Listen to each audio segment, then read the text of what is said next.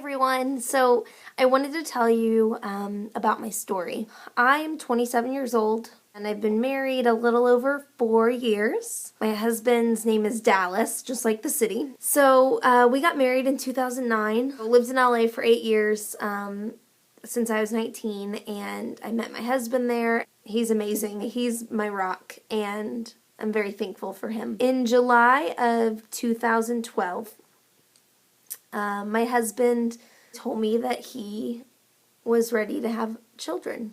I've always wanted a lot of kids, and so when he came home and said, "I'm ready," it was like, whoa, give me 5 at once. Obviously, it hasn't worked out that way for me. I don't have 5 kids.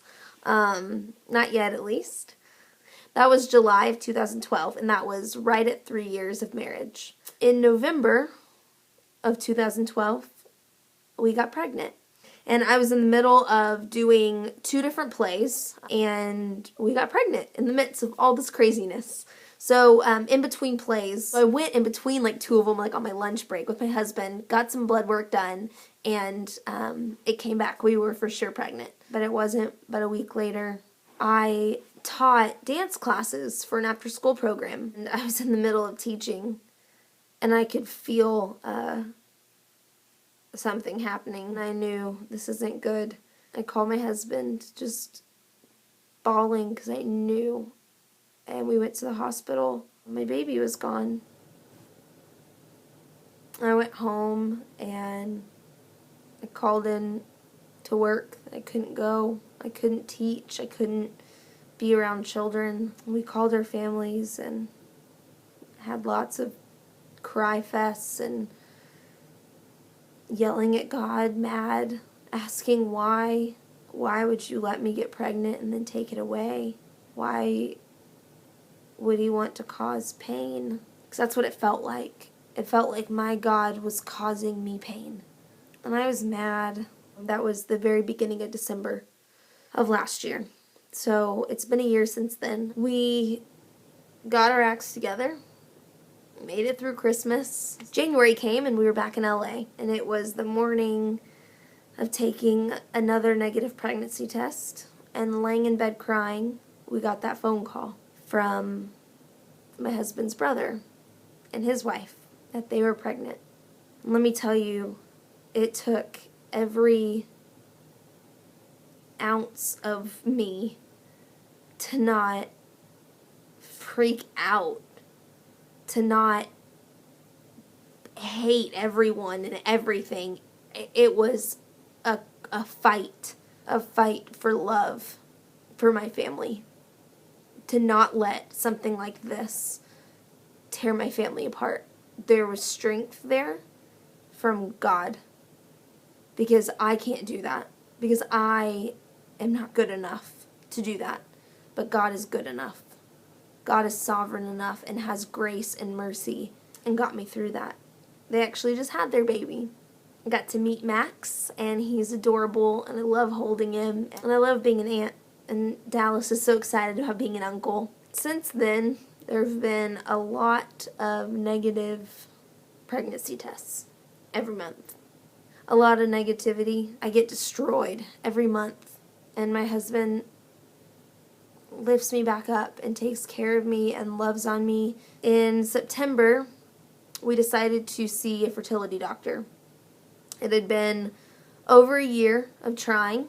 So we started with Dallas, and he got tested, and everything was great. Everything turned out fine. By the way, that was the most awkward doctor's visit. We just laughed our way through it, and then it was on to tests for me. So they took my blood, they tested all sorts of stuff. My thyroid was a little bit high, so I'm on a thyroid medication that is supposed to help. And then I did the dye test, which was not as painful as everyone says it is. I read so many scary things online, and it was definitely uncomfortable, but going to the OB is never comfortable. I had to go to like a radiology center, basically. And I mean, once they did it, it was done within 20 seconds. It was so quick. You know, it was just pressure, and then it was done. But it was so worth it to have it done and to know that tubes are clear, there's nothing in there. They did an internal sonogram, checked ovaries, checked the amount of follicles and eggs, and so far everything looks great. That basically puts me and Dallas in the unexplained category. In my opinion, I knew going into this testing, like I just felt it, that nothing was wrong, and that God had us get pregnant last November to show us that you can get pregnant, but it's His timing, not mine, and not Dallas's, which is hard to accept. And maybe God needed this little baby up there with Him. His ways are higher than mine. He knows way more than I do, and I have to trust that.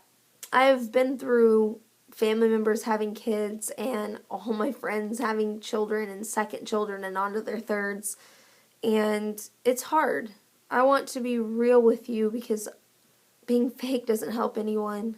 It's hard because it's a battle against what I feel and what I know. What I know is that I love my friends and I love their children. What I feel is pain and anger sometimes, not towards them, but towards, I don't know, the air, just the fact that I don't have mine too. It's you can have yours, I just want mine too. We can all have as many babies as we want to. And so that's what I've come to learn so much, is that this isn't a battle against anyone. It's not anger directed at anyone. It's just the circumstances hurt and they're painful and work in progress. But I want to be real with you, and hopefully you can be real with me and real with your family and your friends. We did a fertility treatment this past month. We decided to try Clomid. For me, I already ovulate normally. So the hope was it would make me produce at least another egg. So I went in on day 12, got the ultrasound done, and I had 2 eggs that were maturing. I ovulated. We took OPKs, got positive tests, got my hopes all up like I always do, and then had to take progesterone pills from like 5 days after I ovulated until positive pregnancy test or period. So it didn't work. The Clomid didn't work. I got to day 16 when my doctor told me to take the pregnancy test. No period, feeling super excited. Took the test and it was negative, and I just lost it. My husband lost it. It's hard because you get hopeful and it didn't work, and it's okay. It's God's plan. I don't have to like His plan, but it's still His plan. And I trust Him. And I know that one day my arms are going to be filled with babies. God is going to help me and help me take care of them and help me raise them, because I'm going to need His help. And I look forward to that day.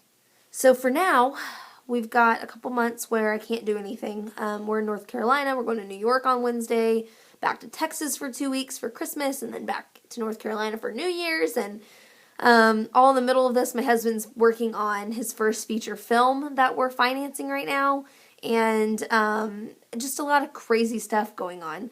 So I can't try anything else until February. Who knows what the next couple months hold? A lot can happen by February. That's what I'm keeping my fingers crossed for. We'll take it 1 month at a time. You never know what could happen. Prayers are answered every day. Mine could be next, and so could yours. Thanks for listening to my story. And I'd love to hear your story. If you want to write me an email, I'd love to encourage you and pray with you and anything that I can.